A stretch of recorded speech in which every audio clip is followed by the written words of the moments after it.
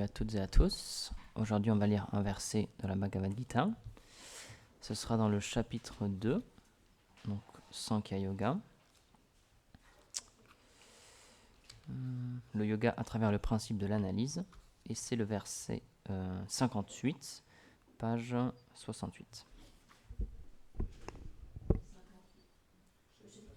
Chapitre 58.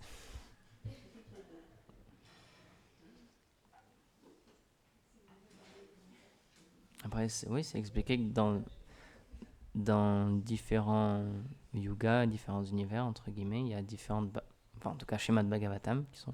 Nous, on a un tout petit Bhagavatam, il paraît, mais il y en a des plus grands. Ok. D'abord, on va répéter tous ensemble.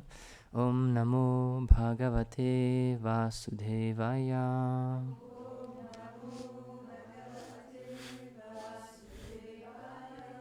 Om Namo Bhagavate Vasudevaya.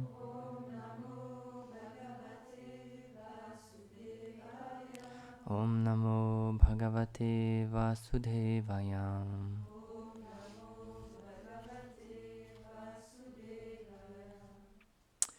Yadha samarate chayam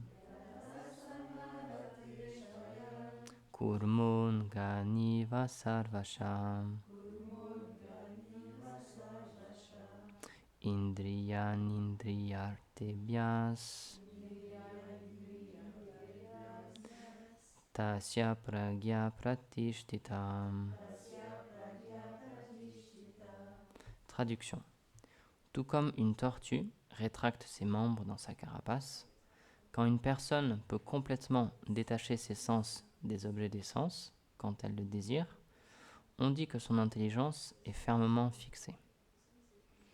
Commentaire. Celui qui est fixé intérieurement sur la relation qui l'unit avec le Seigneur peut facilement rétracter ses sens des objets des sens externes et de permettre à son esprit de rester fixé sur Krishna, tout comme une tortue rétracte ses membres dans sa carapace. Om Gyana Timirandasya Gyanam Jala Shalakaya Chakshurun Militam Jena Tasmai Shri Gurave Namaha. Namam Vishnupadaya Krishna Prishtaya Bhutale Srimate Bhaktivedanta Swaminiti Namine Namaste Saraswati Devi Gauravani Pracharine Nirvishesha Shunyavadi Pashyatya Deshatarine Vanchakalpa Tarubhyascha Kripa Sindhubhya Evacha Patitanam Pavanebhyo Vaishnavebhyo Namo Namaha. He Krishna Karuna Sindhu Dinabandhu Jagatpate Gopesha Gopika Kanta Radha Kanta Namostute Tapta Kanchana Gaurangi Radhe Vrindavaneshwari Vrishabhanu Sute Devi Pranamami Hari Priye. Jaya Shri Krishna Chaitanya Prabhu Nityananda Shri Advaita Gadadhar Shivasadi Gaur Bhakta Vrinda. Hare Krishna Krishna Krishna Hare Hare Hare Rama Rama Rama Hare Hare. Donc parfois il y a des exemples on va dire pratiques, avec des termes qu'on peut tous comprendre, qui sont donnés dans la Bhagavad Gita pour que ça soit facile à assimiler. Et on voit que les Vaishnavas, ils ont cette tendance-là aussi. Par exemple, lorsque Srila Prabhupada, il parlait de la Bhagavad Gita, il faisait ses conférences, il prenait des exemples de l'époque. Donc, il était aux États-Unis dans les années 70, donc il parlait de la radio, des autoroutes, des voitures, etc.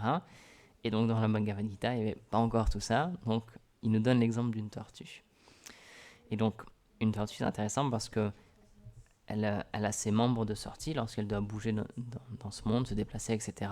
Mais à volonté, dès qu'elle le désire, en général, on peut voir, c'est quand il y a un prédateur ou quand elle a peur, elle rétracte tous ses membres. Et donc, on ne voit plus que sa carapace, mais elle n'a plus aucun membre qui est en contact avec le monde externe. Et donc, dans ce verset de la Bhagavad Gita, il y a ce parallèle qui est fait entre quelqu'un qui est capable de rétracter ses sens pour qu'il soit plus en contact avec les objets des sens. Mais Srila Prabhupada, lorsqu'il dans une conférence où il parle un petit peu où il cite entre autres ce verset, comme on l'expliquait les jours précédents, il dit qu'en fait, ça veut pas dire ne plus agir.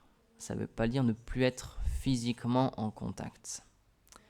Parce que, encore une fois, comme je l'avais expliqué dimanche, en citant un autre verset de la Gita, c'est impossible de ne plus agir. Ce n'est pas possible. Tant qu'on est dans ce monde, tant qu'on est incarné dans ce monde avec un corps matériel, on est obligé d'être en contact avec ce monde matériel. Mais donc Prabhupada il explique que l'exemple de la tortue, c'est quelqu'un qui il est en contact avec les choses de ce monde, mais à travers sa relation pour le Seigneur. Mais il fait ça pas pour lui, il fait ça pour le Seigneur. Il connecte tout au Seigneur suprême. Et de cette manière-là, c'est considéré comme s'il n'était pas en contact avec ce monde matériel. C'est ça, il y a toujours cette ambiguïté, enfin ce qui paraît contradictoire, entre guillemets, le fait d'être en contact, mais en même temps de ne pas être en contact. Il est dans ce monde, mais il n'est pas touché par ce monde, il n'est pas influencé par ce monde. Donc c'est ça, comme c'est expliqué ici, quelqu'un qui a atteint cette intelligence-là, qui a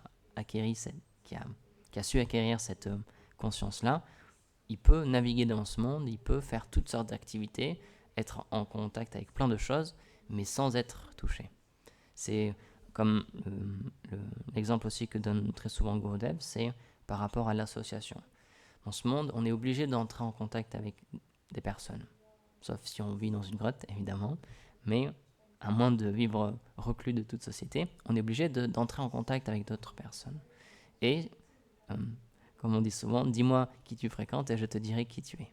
Parce que ce qui est expliqué dans les Védas, c'est que, d'une manière subtile, les personnes avec lesquelles on s'associe, si on leur donne notre cœur, en échange, on obtient leurs qualités et leurs défauts. Et donc, Gurudev, il explique que, encore une fois, c'est juste une question de conscience. On peut très bien être en contact avec toutes sortes de personnes, que ce soit avec notre travail, nos activités, etc.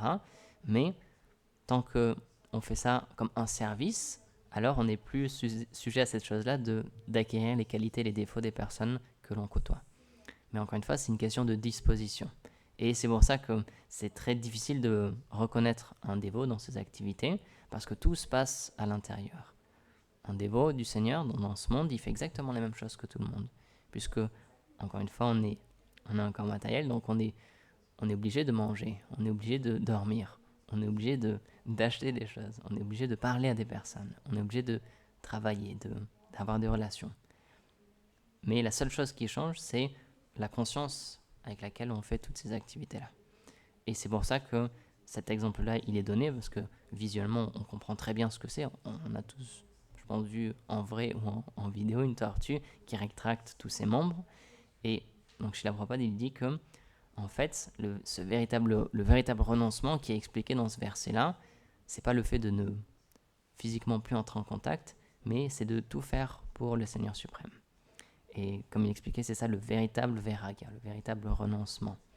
Et de cette manière-là, on peut tout reconnecter au Seigneur. Parce que comme l'explique très souvent Govinda Maharaj, ce n'est pas possible qu'il y ait quelque chose qui soit séparé du Seigneur, puisque tout vient de lui. Par définition, c'est lui le créateur. Donc, tout ce qui est dans ce monde, il y a comme sa signature. Il est présent dans toute chose. Puisque tout existe par lui et pour lui. C'est la définition de Dieu. Sinon, il ne serait pas Dieu. Il serait une personne très puissante, certes, mais ce ne serait pas Dieu. Si il ne serait pas en contrôle de toute chose, si tout ne venait pas de lui, ce serait juste une entité puissante. Or, parce que parfois il y a cette confusion aussi qu'on peut avoir lorsqu'on entend parler des Védas ou de l'aspect plus philosophique, on peut dire, parce qu'on sait que il y a par exemple Brahma qui existe, il y a Shiva aussi, et donc il y a beaucoup de personnes, lorsqu'ils entendent parler de ces différentes personnalités, c'est normal, on a tendance à confondre un peu et se dire ah oui, donc c'est une spiritualité où il y a plein de dieux différents en fait, ils ont tous des fonctions différentes, etc. Mais en réalité, Brahma lui-même, il explique en fait c'est pas moi le créateur. Moi je suis juste au service de Krishna. Il m'a donné ce poste d'être celui qui manifeste la création, mais en réalité c'est lui qui m'a donné ce pouvoir, et c'est lui qui fait toutes choses. Et c'est pour ça qu'il y a les très belles prières qu'on chante tous les matins, le Govindam, c'est des très belles prières que Brahma il adresse à Krishna en fait. Et il dit en fait, Govindam Adipurusham, c'est toi le véritable créateur premier, c'est toi le contrôleur premier en fait. Et moi je suis juste à ton service. Donc c'est pour ça, lorsqu'on étudie un petit peu plus en détail, on voit qu'il y a une hiérarchie en fait. Et on donne souvent cet exemple, c'est comme un gouvernement avec un... Donc là par exemple en France on est dans un système où il y a un président, la personne la plus élevée c'est le président, ensuite il a un premier ministre et ensuite plein d'autres ministres. Et donc dans la création et dans le monde matériel c'est exactement de la même manière. Il y a le président qui est le Seigneur suprême, qui est Dieu, qui ensuite délègue certaines activités à d'autres personnes. Et donc, au nom du Seigneur, ils font toutes ces activités-là. Mais ces personnes-là, elles n'ont pas un pouvoir en elles-mêmes. On leur a donné une autorité, on leur a donné une étiquette. On dit, bah tiens, toi, tu seras le demi-dieu du soleil. Toi, tu seras le demi-dieu du vent. Toi, tu seras le ministre de telle chose, de telle chose. Tu auras sous ta direction, tu feras telle ou telle activité. Mais à n'importe quel moment, ce titre-là, il peut être révoqué. Et ces personnes-là, elles sont bien conscientes que, bah oui, j'ai été élu dans ce poste-là, on m'a mis dans ce poste-là, mais en soi, moi, ça vient pas de moi le pouvoir, c'est qu'on m'a donné le pouvoir, on m'a donné la possibilité de faire cette chose-là. Donc, de la même manière, le Seigneur Brahma et le Seigneur Shiva, ils sont au service de Krishna, Dieu. Et sous son instruction, ils font la création. Comme l'expliquait Lokaram Prabhu il y a quelques jours, au début, c'est Vishnu qui manifeste tous les éléments, en fait. Et ensuite, il dit à Brahma, bah maintenant, avec tous ces éléments-là, manifeste la création. Mais sans ces éléments de base, Brahma, il n'aurait rien pu faire. Donc, c'est bien le Seigneur qui, au début, il met en place ce système-là. Et donc, de la même manière, il y a le Brahma aussi, il fait cette prière, parce que c'est intéressant, parce que on sait que donc, dans ce monde matériel, il y a trois énergies, il y a trois influences, on peut dire. Il y a c'est ce qu'on appelle donc en sanskrit les gunas, la passion, la vertu et l'ignorance. Et donc, Vishnu, il représente le guna de la vertu. Et ensuite, on sait que Brahma, lui, c'est la passion, parce qu'il est dans la création. L'acte de créer, c'est considéré comme étant dans la passion. Et donc, tout ce qu'il a fait dans ce monde, c'était teinté de cet élément-là, parce qu'il est le guna avatar de la passion. Donc, tout était teinté de la passion. Donc, même si il a eu ce darshan du Seigneur, il y a Krishna qui lui a montré le monde spirituel. On sait que on a de la chance parce que dans notre univers à nous, c'est pas le cas dans chaque univers, mais dans notre univers à nous, Brahma c'est un personnaliste. Il sait que Dieu est une personne et il l'adore sous sa forme personnelle. Et donc il a eu cette vision du monde, du royaume du Seigneur, et il a essayé de recréer la même chose. Il s'est basé sur cette image-là pour, avec tous ces éléments, créer le monde matériel. Mais tout ce qu'il a fait, ça a été teinté par la passion. C'est pour ça qu'on dit que ce monde matériel, c'est juste un reflet du monde spirituel. Mais tout est teinté par la passion. Donc, il n'y a rien qui est parfait. Mais c'est pour ça que tout ce qui existe ici, ça tire sa source du royaume éternel du Seigneur. Et Srila Prabhupada aussi, il explique, c'est comme le fait d'avoir un corps, puisqu'en ce moment on est dans un corps. Il dit, c'est comme si lorsque vous avez un manteau, lorsque vous enfilez un manteau, il est à votre taille. Il suit les lignes de votre corps, il suit votre bras, etc. Parce qu'en dessous, pourquoi ? Parce qu'il y a un corps en dessous. Et donc, de la même manière, c'est expliqué que en ce moment, donc, on a un corps matériel, on a des sens avec lesquels on interagit avec ce monde, mais il y a aussi cet exemple qui est donné, c'est comme un gant en fait. On voit que le gant, il a la forme de la main qu'il y a en dessous, de la main qu'il recouvre. Et donc, c'est pour ça que pourquoi on dit que c'est impossible de ne pas agir, parce qu'on est fait pour agir. On est fait pour avoir des sens et on est fait pour les utiliser. Mais dans ce monde matériel, on les utilise d'une mauvaise manière. Mais c'est pour ça qu'en soi, c'est pas une mauvaise chose d'agir, parce qu'on est fait pour ça. C'est impossible pour l'âme de ne pas agir. Et même plus que ça, c'est expliqué que la composante de l'âme, elle est faite de 3 choses, Sat, Chit et Ananda. Elle est faite de connaissance, d'éternité et de félicité. Et donc, on est fait de ça. Donc, naturellement, on est tous poussés à chercher ça. Qui veut être stupide ? Qui veut être idiot, levez la main.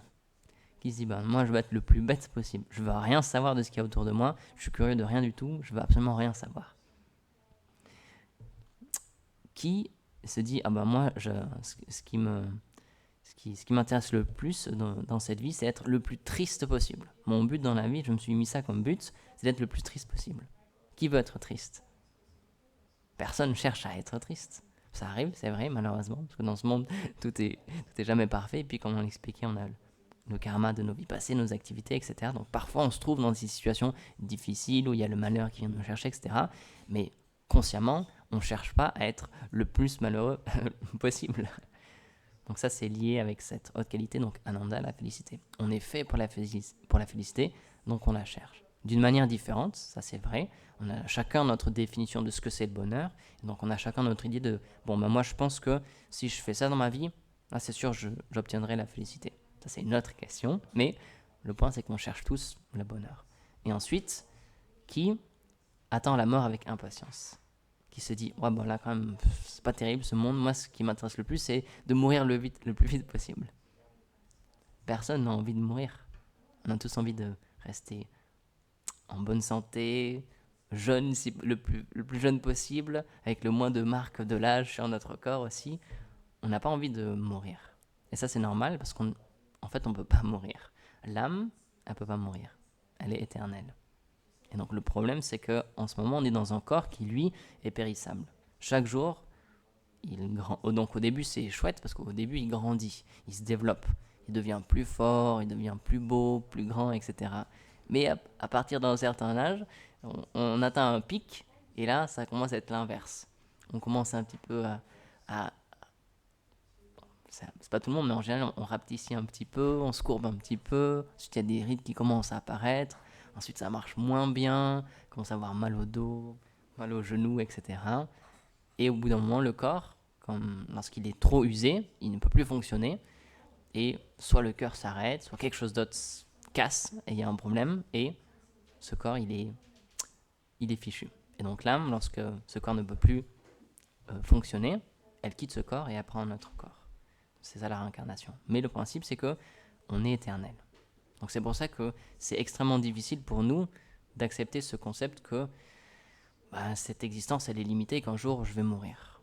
On voit la mort partout. C'est ça qui est fou dans ce monde. C'est la question qui avait été posée par Yamaraj. C'est qu'est-ce qui est le plus fou dans ce monde? C'est que on voit la mort partout. On entend toujours aux nouvelles, là, il y a une guerre. Hier, il y a eu un attentat. Hier, il se passait telle chose. Là, il y a une personne qui a eu un accident de la route, etc. On voit la mort partout, mais on n'a pas la conscience que ça va m'arriver à moi. On se dit non, mais oui, ça c'est dans les nouvelles, c'est d'autres personnes, peut-être mes voisins à la limite, ou les membres de ma famille, mais moi non, en fait, je ne vais jamais mourir. On n'a pas cette conscience-là. Mais c'est normal, encore une fois, c'est pas une faute en soi, c'est parce qu'on est éternel. L'âme, elle est éternelle. Et c'est pour ça qu'on est dans une situation un peu contradictoire, parce qu'on est dans un corps qui, lui, est périssable, qui n'est pas éternel. Donc c'est pour ça qu'on cherche la félicité, la pleine félicité, le 100% de bonheur tout le temps, mais dans ce monde, c'est pas possible. On cherche à être éternellement jeune, à ne jamais vieillir, ne jamais mourir, mais notre corps, chaque jour qu'on se lève, il détériore un petit peu plus. Et aussi, comme l'expliquait Dina Chamière, on cherche à savoir, on cherche la connaissance, mais malheureusement, notre intelligence est limitée et nos sens pour acquérir la connaissance sont limités. Donc malheureusement, ça aussi, c'est impossible. Donc on peut faire beaucoup d'efforts. Encore une fois, on voit que la science, elle a progressé d'une manière exponentielle. Maintenant, avec tout ce qui est informatique et numérique, on a des télescopes de plus en plus puissants, on a des microscopes de plus en plus puissants aussi. Donc notre intelligence, pas notre intelligence, mais la connaissance qu'on a de ce monde, elle s'approfondit de jour en jour. On continue à découvrir des nouvelles espèces, on continue à comprendre comment mieux guérir certaines maladies, comment ça fonctionne, etc. Mais on n'atteint jamais la limite. C'est toujours limité. Pourquoi? Parce qu'à la base, nos sens, comme l'expliqué, sont limités. Nos yeux, ils peuvent nous permettre de voir juste ce qu'il y a à une certaine distance. Moi, par exemple, j'ai des lunettes. Si j'enlève mes lunettes, je vous vois plus. Je pourrais continuer à lire la Bhagavad Gita sans problème, à peu près jusque là, je dirais, mais là après, ça devient tout flou. Je vois absolument plus rien. Notre intelligence aussi, elle est extrêmement limitée. Comme il expliquait, qui peut dire, il y a exactement un an, jour pour jour, à cette heure-là, à 8h45, quelle était votre pensée exactement? À quoi vous pensiez? Impossible à savoir. Pourtant, c'était il n'y a pas longtemps. C'était il y a juste un an. Et pourtant, on essaie de remonter le temps et se dire, oui, il y a 10 000 ans, il s'est passé ça. Il y a 100 000 ans, il s'est passé ça. Il y a 1 million d'années, il s'est passé ça. Comment on peut en être sûr? C'est tellement difficile. Nos sens sont tellement limités. Puis l'exemple du mirage aussi, c'est parfait. Parce que nos yeux nous disent, ok, là, je vois, c'est sûr. Je vois, j'y crois dur comme fer, je vois une oasis. C'est sûr. Je le vois avec mes yeux. Et pourtant, on continue à marcher et on n'arrive jamais à cette oasis-là. Ou aussi, on- lorsque la nuit elle commence à tomber, vu qu'il y a moins de lumière, on commence à moins discerner les choses. Et on peut faire des erreurs. On peut prendre une simple corde qui est au sol pour un serpent. Donc, malheureusement, on ne peut pas se fier pleinement à nos sens. Aussi, un exemple que j'aime bien prendre, avec nos yeux en ce moment, nos yeux d'être humain, on peut voir certaines couleurs, mais c'est limité. On ne peut pas voir les infrarouges et on ne peut pas voir tout ce qui est ultraviolet. On a une certaine limite et tout ce qui est en dessous de ce spectre-là ou au-dessus, ça nous échappe complètement. Mais il y a certains animaux, eux, ça ne les dérange pas du tout. Pareil au niveau du son, on peut entendre certaines fréquences, mais c'est limité par rapport à certains animaux qui peuvent entendre beaucoup plus de fréquences. Ou par exemple, un chien, il a un sens olfactif qui est 1000 fois plus développé qu'un être humain, il peut sentir beaucoup plus de choses. Donc nos sens sont limités, hein. C'est pas un secret, hein, tout le monde est au courant de ça. Donc puisqu'on a des sens limités, comment est-ce qu'on pourrait, donc des sens imparfaits, comment est-ce qu'on pourrait acquérir une connaissance parfaite? Mathématiquement, ça ne demande pas beaucoup de calcul. Si on a des sens imparfaits, comment on pourrait être sûr que ce qu'on acquiert, c'est parfait? Et donc c'est pour ça que ce qui est expliqué lorsque le Seigneur vient personnellement ou lorsqu'il envoie ses messagers, c'est que c'est lui qui donne la connaissance. Et donc puisqu'elle vient d'une personne parfaite, puisqu'elle vient de Dieu, là on peut être sûr que cette connaissance, elle est parfaite. Mais si nous-mêmes on essaie d'acquérir cette connaissance, qui peut nous dire que nos calculs sont bons? Qui peut nous assurer que nos hypothèses sont vraies? Par exemple, très souvent, c'est ça la définition d'une hypothèse aussi, par exemple en science, c'est tant que ça n'a pas été démontré comme faux, ou tant qu'on n'a pas trouvé une meilleure explication qui chasse celle-ci, bah on se dit bon, bah on se base sur cette hypothèse-là du coup. Et on fait nos calculs à partir de ça. Et après, au fil du temps, d'autres scientifiques se disent ah bah non, en fait, je me suis rendu compte que ça, en faisant d'autres calculs, cette hypothèse-là, en fait, elle est fausse. Donc on la raye et on se rebase sur une autre hypothèse. Mais c'est juste des choses que nous, on construit. Alors que si le savoir il vient d'une manière descendante, qui vient de la source, et qu'on nous donne tel quel, on dit bah voilà, tiens, ça, c'est comme ça. Là, on peut être sûr que c'est parfait. Et c'est pour ça que c'est très important le principe de la filiation spirituelle, c'est le savoir qui est transmis dans dans une chaîne qui n'est pas brisée, qui est continue, et le même savoir nous est donné. C'est pour ça que donc, la Bhagavad Gita, ça a été parlé il y a 5000 ans. Et on a toujours accès aux mêmes versets, on a toujours accès exactement aux mêmes paroles. C'est pour ça euh, que, comme on l'expliquait aussi, je crois que c'était Lokaram Prabhu qui l'expliquait, on n'a pas besoin d'être triste, de dire « Ah mais mince, j'étais pas là le jour de la Bhagavad Gita, le jour où Krishna il a parlé à Arjuna, donc je peux pas savoir ce qu'il lui a dit. » Non, on a exactement, mot pour mot, ce qui a été dit, d'une manière parfaite.